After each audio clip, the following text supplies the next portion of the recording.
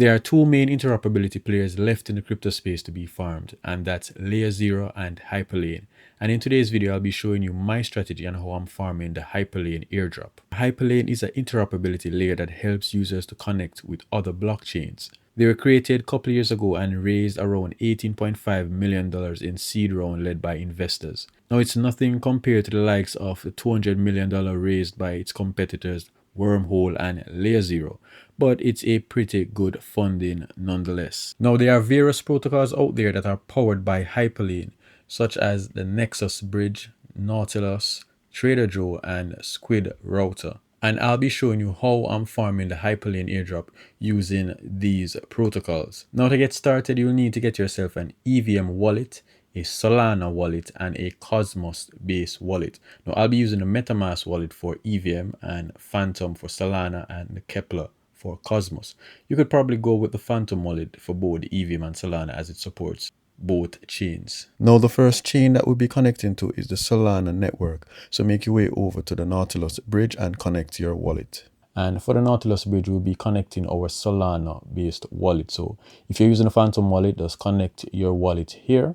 So what we'll be doing is to bridge some tokens from our Solana wallet over onto the Nautilus chain. But before we do that, I just have to say this: be mindful of the destination chains that you're bridging your tokens to. Ensure that sufficient gas is on these chains before you bridge any form of funds. You don't want to end up bridging your funds over onto a chain and you can't bridge it back just because you don't have the sufficient gas fee. So ensure that you always have sufficient gas fees before you bridge any funds to any chain. Right, so over on the Nautilus chain, it uses what is called the ZBC tokens for gas. That's the ZBEC tokens. So what we'll be doing is to purchase some ZBEC tokens on Solana and bridging them over into the Nautilus chain. And then we'll be bridging them back to Solana. Now, the ZBEC tokens can be purchased from Radium. So you head over to Radium. You can simply select the token here and whatever token that you're swapping from. So I'm swapping some Sol into the ZBEC tokens. And if you cannot find the ZBEC tokens, you can always head over to CoinGecko and search for the ZBEC tokens. I've already have it here. So I just simply scroll down here and copy a contract address. Now, once you copy that contract address, you just head back over to Radium, select here, and you just paste that contract address here. And that token will populate right here.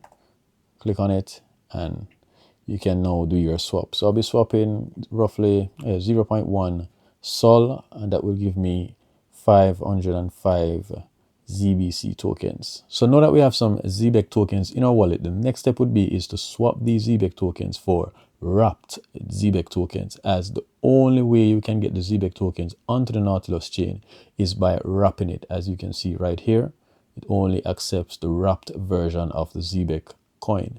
So in order to wrap it, we'd have to head over to the ZBEC site and simply enter the amount. First, you connect your wallet and then enter the amount that you wish to swap. I'll be swapping max amount and select the swap option here, and it will swap it into the wrapped ZBC. Now back over on the Nautilus Bridge, we can now select the wrapped ZBC. And there you have it. So I have the total 514 wrapped ZBC, and now I'll be bridging it onto the Nautilus chain. So the next step is to select self right here. It will auto populate the correct address, but if it doesn't, you simply need to connect your EVM wallet. So you go to the same place where you connected your Phantom wallet or your Solana wallet and connect your EVM wallet right here, and you could just paste it here. Then you just hit on continue, send to Nautilus, and confirm. And that transaction was successful. So we're one transaction in our airdrop farming journey. So the next thing you'll want to do is to simply reverse the process. So you just select this option here, and you'll now be sending back those ZBC tokens onto the Solana chain. You could probably wait a day to do this transaction just to try and limit your wallet from being labeled as Sybil, but I honestly don't think it will matter that much. So you just simply select the amount again that you wish to send over to the Solana chain and select self. See, it auto populates my Solana address. Hit continue. Oh, I'm sending too much, so I'm going to send a small amount. I'm sending around 520. Continue. Send. And that transaction was successful as well. So right now we are completely through with the Nautilus chain. We have done 2 transactions utilizing the Nautilus chain, which is powered by Hyperlane. So now we are 2 transactions up on our Hyperlane airdrop farming journey. So now you can see that I have gotten back those ZBEC tokens in my wallet. Now what I'm going to do now is I'm going to swap out all of those ZBEC tokens into USDC. I'm also going to swap out a small amount of Solana as well into roughly around 50 or 60 USDC, and then I'll be bridging those USDC utilizing the Jumper bridge into the Arbitrum chain. First, I'm going to swap out these ZBEC tokens utilizing the same Radium that I used to purchase the ZBEC tokens. So back over into Radium, I just simply flip this switch, swap into USDC, and confirm. And I'm going to do the same for Solana as well. Swap out a small portion of my Solana into USDC. So I've now swapped into a bunch of USDC, which I'll now be utilizing on the Jumper exchange. And Jumper is actually a bridge as well. It is not powered by Hyperlane. It is however powered by Li-Fi.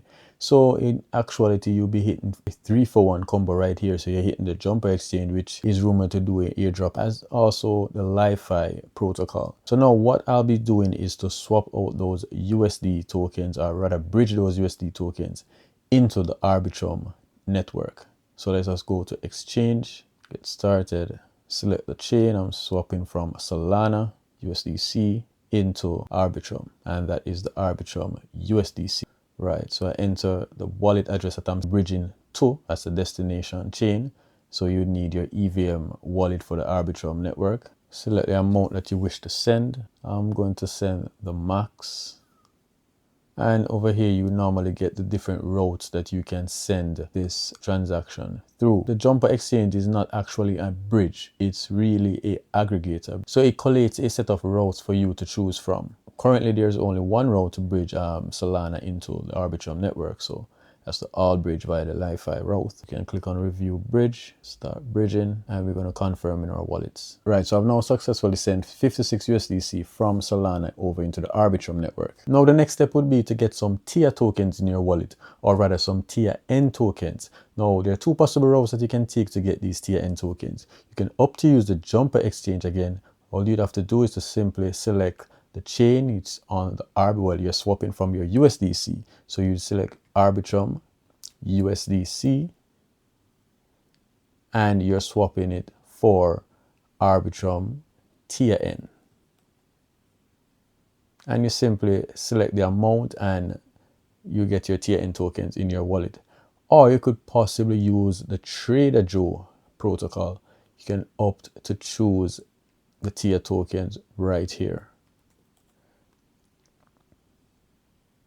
And you simply you're swapping it from the USDC. I'm actually going to use the Jumper exchange as I'm getting a 2-for-1 combo here, because I'm hitting the Jumper exchange and I'm also hitting Li-Fi. So all I'll have to do is just select my Arbitrum, my USDC on Arbitrum, and I'm swapping it to TIA N. And I am going to pay, let me just change my wallet right here. So now I'll be swapping all my USDC into TIA N. So there are 4 possible routes that you can choose from. I'm going to go with others, as this protocol is actually tokenless as well. So right there is actually a 3-for-1 combo. So it starts swapping, and that was successful. So I've now received 4 TIA N tokens. Right, so now that I've gotten the TIA N tokens in my wallet, I'll now be bridging it into the Neutron network utilizing the Nexus Bridge, which is also powered by Hyperlane. So that's another transaction done with Hyperlane. So firstly, you need to connect both your Cosmos based wallet. So now we're starting to use the Cosmos wallet. So connect your Cosmos wallet as well as your EVM wallet. And that's the wallet that you have the TIA N tokens in. Right, so I've now connected both my Cosmos and my EVM wallet. So now I'm going to select Arbitrum, as that's where my TIA N lies.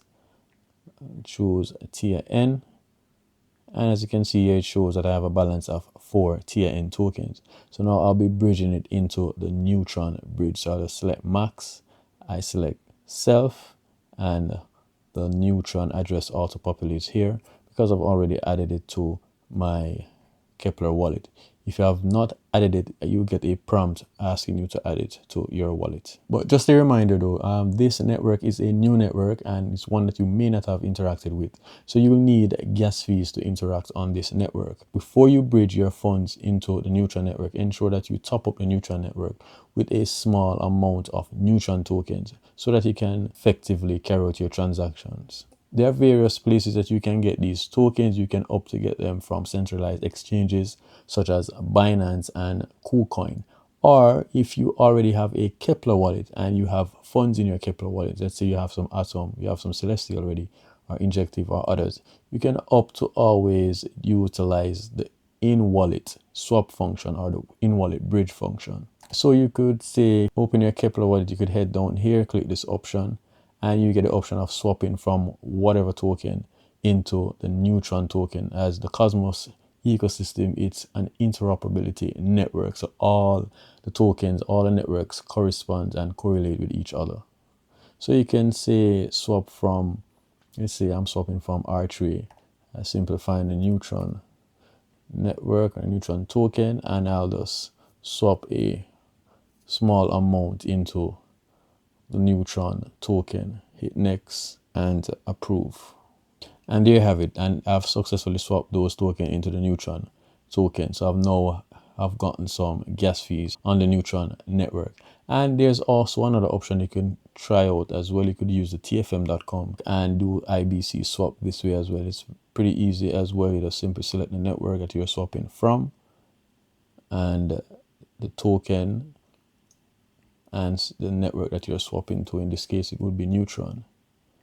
And you simply select the token, save and close, and you carry out your transaction. Pretty easy.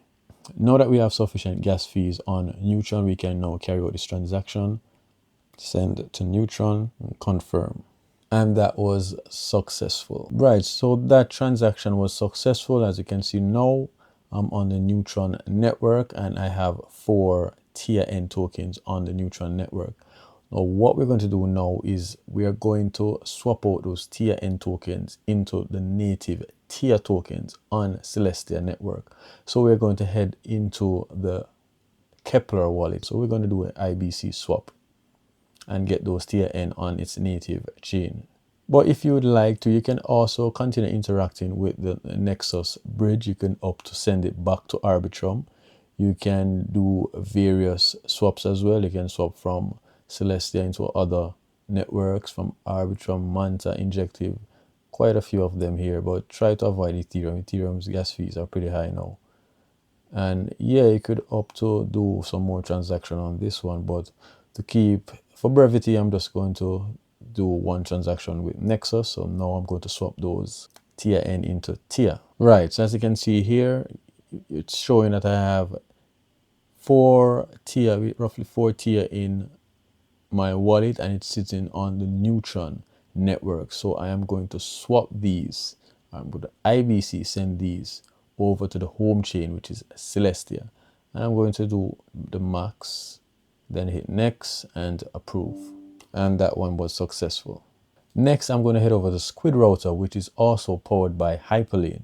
So we're getting another transaction done on Hyperlane, as well as we're getting a transaction done on Squid router, as Squid router is actually tokenless as well. So that's like what, 5, 6 for 1. So we're doing pretty good on our airdrop journey, picking up random airdrops along the way. So what we're going to do now is to swap those tier token on the Celestia chain back into the Arbitrum network, as I think our USDC has done enough now. It has been traveling through like 4 or 5 different blockchains. So I think it's time to put its journey to an end. So we're going back to home.